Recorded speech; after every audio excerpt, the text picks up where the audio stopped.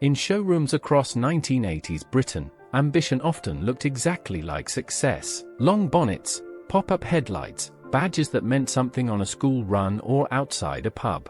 Buyers queued for them. Manufacturers built them by the 100,000. Some cars earned that popularity. Others were already living on borrowed time. A rusting sill here.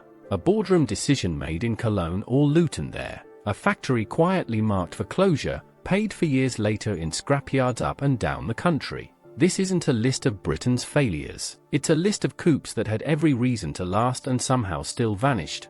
And by the time we reach the very end, you'll understand why one of them was once completely impossible to avoid. Number 10. Reliant Scimitar GT. Picture a Tamworth showroom in the late 1970s, a small fiberglass coupe sitting quietly beside far more conventional British saloons. Designed by Opel and built on a steel chassis, the Scimitar GT began life in 1964 as Reliant's answer to affordable, rear-wheel drive performance, eventually adopting Ford's 3.0-litre Essex V6. It carried genuine sporting credentials without genuine sporting money, appealing to buyers who wanted a coupe's shape without a coupe's price tag. But Reliant's priorities shifted decisively toward the GT shooting brake, which became the company's true commercial focus. As the 1980s began, the original fixed-roof GT lingered only in small numbers, quietly discontinued in favor of its estate-bodied sibling. Fiberglass bodies resisted rust remarkably well, yet neglect, cheap servicing, and scrapyard indifference still claimed most survivors. Few outside dedicated enthusiast circles ever gave it a second thought. Today, genuine coupe-bodied scimitars are considerably scarcer than their more famous shooting brake relatives. The next car's disappearance came from an entirely different direction. Number 9. Vauxhall Royale Coupe.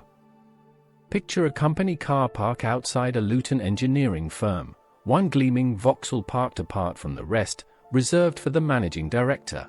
That was the Royal Coupe's world. Launched in 1978 and continuing into the early 1980s, it was Vauxhall's answer to executive prestige, essentially a badge-engineered Opel Monza wearing British trim. Power came from Opel's smooth straight 6, growing to a 2969cc fuel-injected unit by 1980, giving effortless motorway cruising rather than outright speed. Few buyers realized how limited its future would be. Vauxhall's German manufacturing link meant survival depended entirely on GM's shifting priorities, not British demand. As Vauxhall pivoted toward the Senator badge and cheaper, more mainstream coupes disappeared from showroom priorities, Royal Coupes quietly stopped being replaced or maintained. Rust claimed many, others were scrapped for parts nobody thought worth saving. Today, survivor numbers sit in the dozens nationwide. Do you remember seeing one outside an office block? If so, you witnessed something now genuinely uncommon. Number 8. Vauxhall Cavalier Mk1 Coupe. Imagine a school run in 1979, a two-door Cavalier waiting outside the gates, its slanted droop-snoot nose looking sharper than anything else in the car park. Vauxhall built this coupe alongside the sports hatch, sharing underpinnings with the Opel Ascona but wearing a distinctly British face. It sold well into the early 1980s, powered by engines ranging from a humble 1.3-litre to a punchier 2.0-litre unit. For ordinary families, it offered something the Cortina crowd rarely got, genuine style without genuine expense. But the story took an unexpected turn. When Vauxhall replaced the Mk1 Cavalier with the Mk2 in 1981, no coupe version was ever engineered for its successor. The two-door body style simply ended, leaving existing cars to fend for themselves against rust, misuse, and neglect. Nearly 250,000 Cavaliers were sold in total, yet only a tiny fraction survive today. What began as a mainstream family choice became, almost by accident, one of Britain's rarest ordinary cars. Number 7. Lotus Excel. Picture a wet bee road in Norfolk, a low-slung coupe slicing through the bends with a precision few rivals could match. That was the Lotus Excel, introduced in 1982 as the replacement for the Eclat, built at the same Hethel factory that produced Lotus's racing cars. Under the bonnet sat a 2.2-litre, 16-valve engine producing 160 brake horsepower. mated to Toyota-sourced gearboxes and driveline components chosen for reliability rather than romance. It offered genuine 22 practicality alongside proper handling, something rare in a small British marque. But Lotus never built cars in large numbers, and the Excel's 10-year production run yielded only a little over 2,000 examples. Many were used hard, tracked, modified, or simply worn out by owners who bought them to drive rather than preserve. Spares became scarce as Lotus focused resources elsewhere. What was already a limited production car became a genuinely endangered one. Could you imagine finding one on your street today? Number 6. Triumph TR7 Fixed-Head Coupe. Think of a British Leyland showroom in 1976, its wedge-shaped centerpiece looking like nothing else on the forecourt. The Triumph TR7 arrived with bold, angular styling nicknamed the shape of things to come, powered by a 1998 cubic centimeters four-cylinder engine shared with the Dolomite Sprint. It promised a fresh identity for British sports coupes just as rivals leaned toward roundedness. Yet the real threat wasn't styling criticism, it was where the car was built. Production shifted between 3 different factories in 6 years, and quality control suffered badly at points along the way. Rust proved merciless on early cars, and industrial disputes further damaged reputation and reliability. By October 1981, British Leyland's management decided the TR7 and its V8 engine TR8 sibling were no longer commercially viable, and production ceased entirely.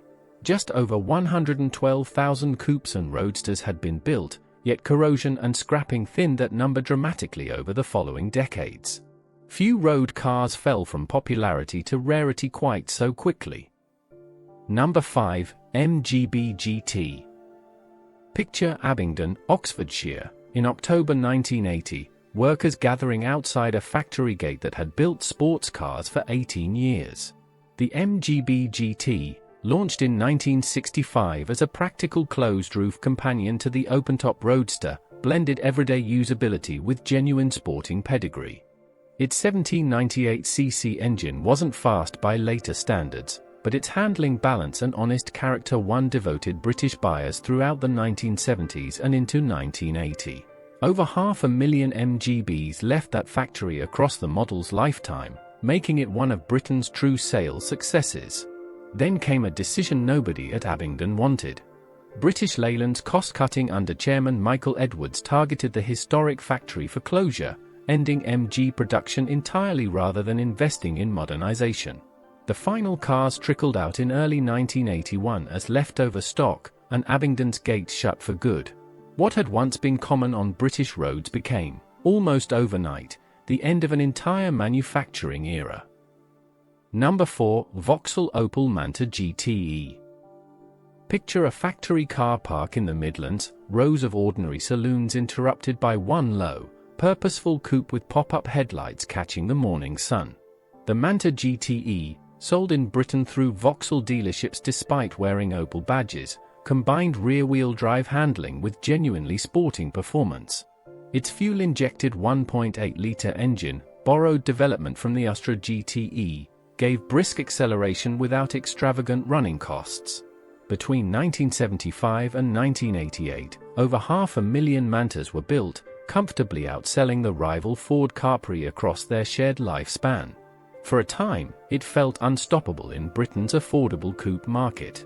But changing tastes moved faster than Vauxhall's product planning. As hot hatchbacks captured younger buyers throughout the mid-1980s, the aging Manta increasingly looked like a relic from another decade.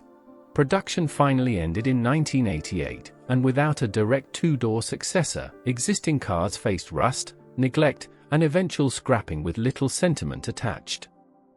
Number 3. Aston Martin V8 Vantage.